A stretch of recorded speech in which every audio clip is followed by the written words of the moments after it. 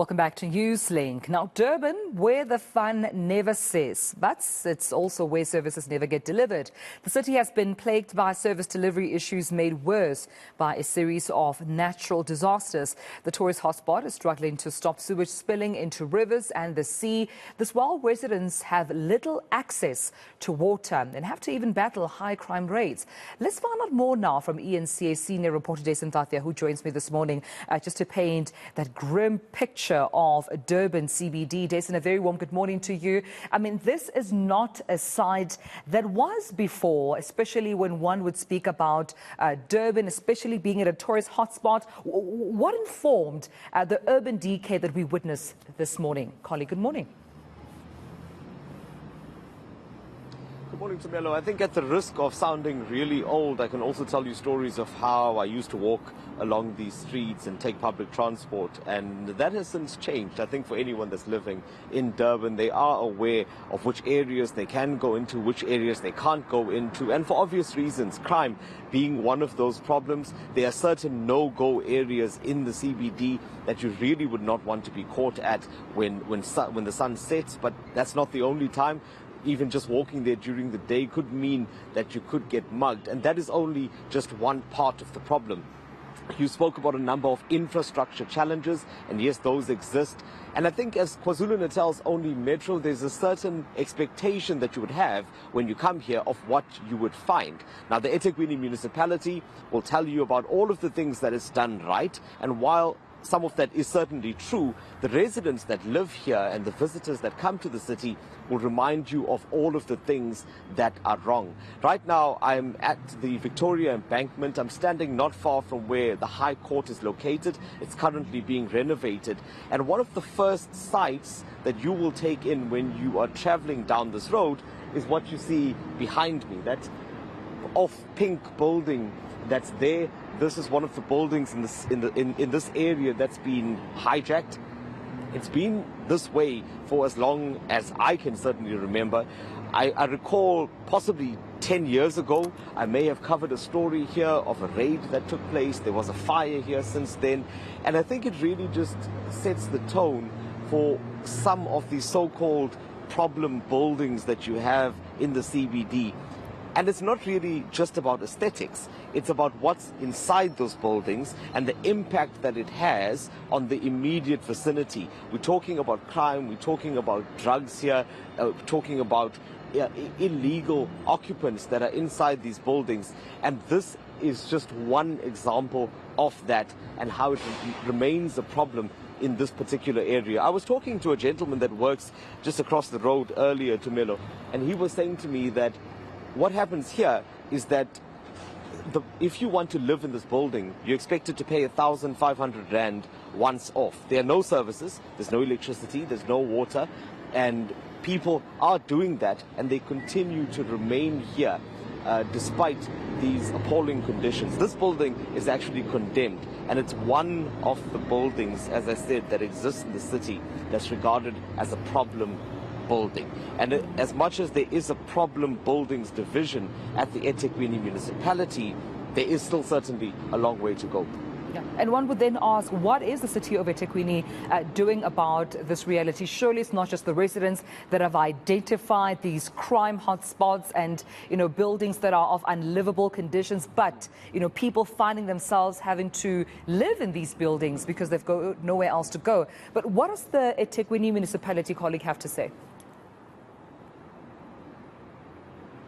We are waiting to get an interview with that problem buildings division. They are expected to answer certain questions regarding what it is that they are dealing with and what they're doing so far. I can tell you that they've already been, just in this month, there was a building that was demolished, a building that was once a tavern, an illegal tavern, that had been preceded by a number of raids on that particular location. It was seen to be a similar problem to what you're seeing behind me here, in that it was impacting the immediate community around there, relating to drugs and the sale of alcohol, and that was contributing to crime ultimately. Earlier this year, there was another building that was demolished as well. So while this is happening, it may not be happening at a pace that's fast enough for residents to appreciate. At the time of that unit being formed in 2019, there were about 80 buildings that were identified. Unfortunately, since then, others have also fallen into a state of disrepair. And here, again, we're not just talking about aesthetics. So what needs to happen here initially is that there needs to be some kind of communication with the owner, and they can either get that building up to scratch or in the proper working order, or it must then be dealt with by the municipality, and that normally means it must be demolished. And in all fairness, what sometimes holds up that process are the legalities. You find that these owners then take the municipality to court, and that adds a further delay. As I said, with the one behind me, this one's been here for as long as we can remember, and it continues to remain a hazard. So we will be having that conversation with the municipality, and we'll be finding out exactly how they intend to tackle this problem, which would, I guess, in some way contribute to a reduction in crime, which is another problem facing the city.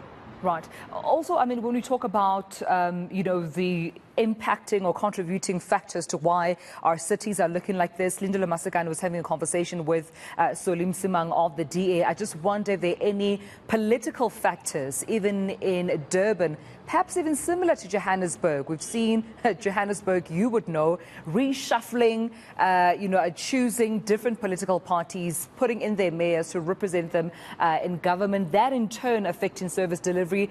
Have we been seeing the same political factors impacting the urban decay in Durban?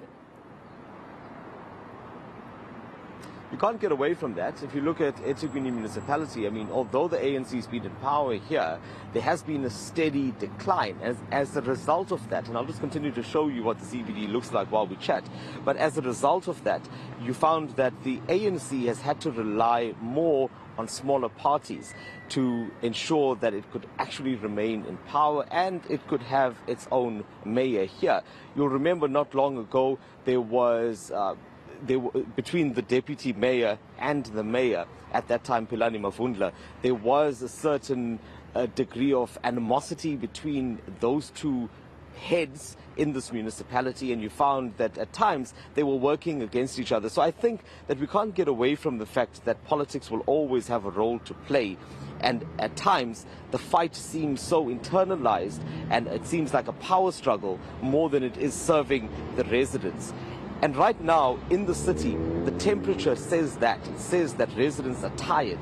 They want to, in some cases, boycott rates, for example, because they aren't getting the services that they want. There are protests that are flaring up across the city. We're talking about a housing backlog. You touched on it earlier. So people are frustrated, and it seems like they are taking more decisive action in order to get what it is that they want. One hopes, though, that that won't become violent. We're already seeing disruptions on, for example, on roads being blocked, certain rubble being burnt, and right now there seems to be an uprising of sorts when you look at ratepayers associations and how they are taking their fight directly to the municipality. We'll continue this conversation. Dasen Thathiah out for us in Durban CBD could see, of course, those buildings and the urban decay that we're focusing on today. This was not the site.